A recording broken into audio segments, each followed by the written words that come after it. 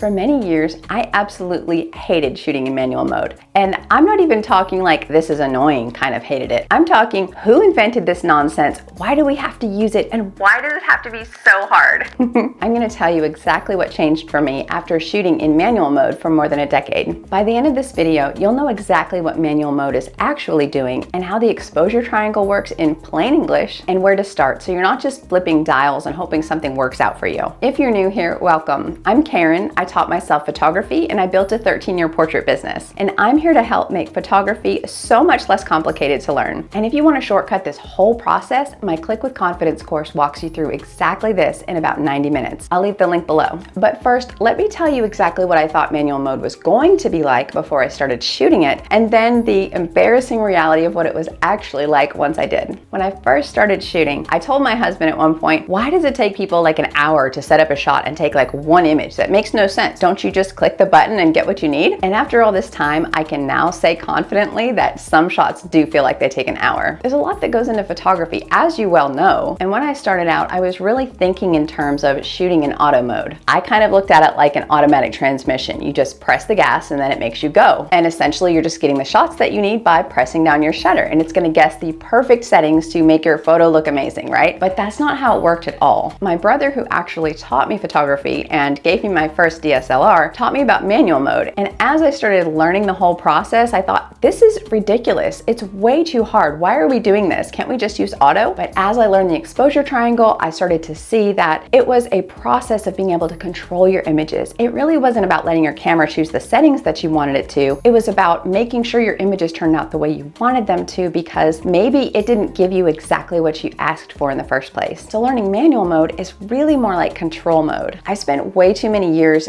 using trial and error to try to figure out manual mode, and it was really, really hard. My images turned out really dark, and a lot of times my subjects were blurry, and I wasn't getting the right thing in focus that I was trying to get in focus, and that resulted in a lot of really, really bad images. Sometimes I would mess my settings up completely, and it looked like my images were shot off of the surface of the sun. Everything was so bright and overexposed. Not to mention all the green and magenta ISO pixelated disasters. It just felt like everything was wrong like every single time that I shot, and that was really frustrating. Then I would take the images into Photoshop and try to edit them, but they would just turn out looking like oil paintings because I was over sharpening or smoothing out skin to try to make it look better because I didn't get the right focus. In general, it was a big disaster. I kind of like to think of manual mode as the crotchety old relative that you have to sit next to at Thanksgiving every year, and they smell kind of like Freedent gum and Gold Bond powder, and you wonder why you're always helping them get into their phone and reset their passwords. They seem really annoying and everything is just ugh, right? But after a while, after you have to be around them all the time, you realize, you know what? They've actually got some really good stories to tell. They have a lot of history and experiences, and it's really fascinating. And it wouldn't be the worst thing in the world if they included you in their will one day. So you kind of just deal with it, and you realize there's a lot of good that can come out of it. That's probably a terrible analogy, but honestly, I kind of think of manual mode that way. Definitely wasn't my favorite thing, but I did learn how to make it easier for myself and stop hating it so much. And here's the thing, once I started getting better at it just by trial and error, I actually started to like the fact that I could control the way that my images turned out. How cool is it to get the images that you actually want to shoot because you chose everything about that scenario? So what exactly is manual mode? It's typically going to be the M on your camera dial. Some camera brands might be marked a little bit differently, but in general, manual mode is not hard mode, it's just control mode, as I said. And there's a really big difference here. See, on auto mode, it's like a gumball machine. It just kind of spits out whatever it's going to spit out and you get what you get. But with manual mode, you are deciding your settings every single time. So in the end, win or lose, you're going to get the image that you shot with the settings that you chose because you had control over everything. So what exactly is the exposure triangle? Let's talk about it in plain English. At first, I kind of thought the exposure triangle was like the Bermuda Triangle, where you get completely lost and you pretty much want to toss your camera into it and never shoot again. But the three elements of the exposure triangle are aperture, shutter speed, and ISO. These things basically work together to give you a proper exposure for your image. But in in that triangle, you have a lot of control over how your images look. Aperture is basically just the element that allows you to get a little bit in focus or a lot in focus. A lot of times when you see those beautiful portraits that have a blurry background and it makes the subject stand out from the background nicely, that's what aperture is helping to control. Or if you have a large group of people or even a landscape photo and you want to get everything in focus, aperture is also going to be the correct tool to use to make sure all those things do get in focus the way that you want them to. And shutter speed is simply there to help you either freeze motion, maybe for pets or kids or anything you want to shoot, or it can also help you creatively blur motion, some other situation like waterfalls or other cases where you want to show movement creatively. And ISO is kind of like the third wheel with a flashlight in its pocket. It's kind of like another way to add brightness to your image if you've already set your aperture and your shutter speed and you don't want to mess with those. ISO can give you a little bit of light or it can give you a lot of extra light, but it comes with a cost, and that is if you're using ISO and it's too high, you're going to end up with a really grainy image sometimes, and that may be something you want in your photos. It just kind of depends on what you're going for, but ISO is a great tool to help you fill in the amount of light that you need for that proper exposure without messing up your other settings. If you've heard me telling the story before about my first wedding that I ever shot, I left my ISO on auto and I happened to be in a really large church and I was up in the balcony trying to shoot the couple way down in the front of the room. And the camera decided to choose a massively high ISO of like, I don't know, it was like 25,000 or something ridiculous. And my images came out so bad because all of the dark areas, like with the guy's suits and the shadows in the picture, got lit up by the ISO, but it was like super grainy, so it looked awful. And me trying to fix that in Photoshop and smooth everybody's skin and make everything look sharper and whatever else I tried to do to fix them, it just looked worse. So ISO should be used sparingly. We should really focus on our aperture and our shutter speed before we reach for that ISO bump. So there's kind of a myth with shooting in manual mode, and that is that beginners sometimes feel like they need to get everything right when they're shooting in manual mode, and that's simply not true. I went years and years getting everything wrong, like every time. That's what it felt like anyway. If I did get a good image, it just felt like I got lucky. But here's the thing, no beginner is going to get it right every single time. It may take a very long time to get used to manual mode and making sure your settings are correctly there so that you get what you want in focus, make sure everything's exposed properly and your image looks the way that you intended for it to look. But that is okay. Like, don't let that stop you from trying to learn manual mode thinking you're just going to screw everything up all the time. Screw it up, it's fine. That's how we learn, right? But we have some really cool tools, and that is we have viewfinders. And viewfinders are there to literally help us see the images that we took and be able to quickly make corrections while we're still at our scene and change up settings and reshoot again. If you're shooting with film, you don't have this luxury in the same way that we do with digital cameras now. And I am very grateful to live in a time where that is available to us. I can't tell you how many times my subject has been out of focus, especially when I started shooting and I was learning manual mode. That was another thing that I would take into Photoshop or Lightroom, and I would try to sharpen things, or I would try to smooth stuff over and get the right thing in focus. There are so many tools available, even like a decade ago, that I was using that would help promise to sharpen the right areas if you got them out of focus, or smooth things over if they were too pixelated or whatever the problem was. And I tried so many of them, and guess what? They don't all work. So as I started learning more and I was able to practice more with my manual mode settings and using the exposure meter in my camera, as well as checking the back of my camera to make sure everything looked right, that's when I started to like get better at manual mode and stop feeling like it was such a pain and like it was this super difficult thing. I literally trialed and errored my way through this for years before I got it right. I even had paying clients during those years, and I would make their photos look good enough to make them happy with them. And while I thought they looked terrible, the clients were happy with them and they were technically good enough to be decent images that they would want. And as a beginner photographer, when I was starting out, that's what people kind of expect. So they're paying you less because you are new to the whole thing and they understand you're still learning the craft. But it was actually pretty cool because I kind of got paid to get experience to learn how to shoot properly and how to make my images better every single session. And that's the ultimate goal, is to just learn as you're going and let growth kind of propel you forward to becoming the photographer you want to be. I used to see professional photographers holding those handheld exposure meters and thinking there's no way I'm ever going to use one of those because they're complicated. I have no idea how they work, don't know that much about exposure anyways, and the whole exposure triangle confusion. So I figured that's never going to be me. I'm just going to have to trial and error my way through this. But then when I discovered that it's like inside my camera, even if it's not perfect, it's still a million times better than me having to guess my way through settings all the time. And it's not a magic 8-ball. Your metering modes do matter. There's several different ones to choose from in your camera. And I tend to find that the exposure meter in my camera, when it says that it's perfectly exposed in the middle, it typically gives me darker images than I would have chosen, but that's kind of how it runs. But even if it's not perfect, I'll take that any day over not having something that is right there in my camera showing me that I'm pretty close to proper exposure. Just makes it so much easier when you're learning how to play with manual mode and getting your settings right. So where do we start with manual mode, and how do we know which setting to change first? I like to think about the goal that I am going for in my shot. Maybe if I'm shooting portraits and I want that beautiful blurry background behind my subject, I'm gonna select aperture as the first setting, and I'm either gonna choose a really low f-stop to get just the subject in focus and have that blurry background, or if I want more stuff in focus in my image, I'm gonna choose a higher f-stop. After I've chosen the aperture that I want, I'm going to next select my shutter speed. And this is just gonna make sure that I freeze my subject and that they're not moving or having any blurry lines where I don't want them in my image. And then ISO is just kind of the third wheel. So I'm setting that one last because I've got my other settings where I want them and I don't wanna change anything about those. So I give my scene just enough brightness to properly expose everything. And it also works in the other way if your goal is to freeze motion in your photo. You're gonna select your shutter speed first. You wanna make sure you have a nice high shutter speed so that you can freeze whatever motion or blur whatever motion that you want in your image. And then the next setting is going to be your aperture. And you want to make sure your aperture is set high enough so that you get enough of your subject in focus without anybody being blurry where you don't intend for them to be blurry. And then same thing, you're going to set your ISO as your third setting, just enough to give you the light that you need to expose it properly. So this is how I go about choosing my settings with manual mode. And it's not gospel, but it works. So you don't have to love manual mode. I give you full permission to find it annoying as I find it, but you don't have to be afraid of it either. Just pick one setting, think about the goal of your photo, and start there. Click with confidence is linked below if you want the full walkthrough. Now, go make your camera work for you instead of the other way around. And if you made it this far, drop me a comment and tell me which setting confuses you the most: aperture, shutter speed, or ISO. I read every single one. Okay, I'll see you next time.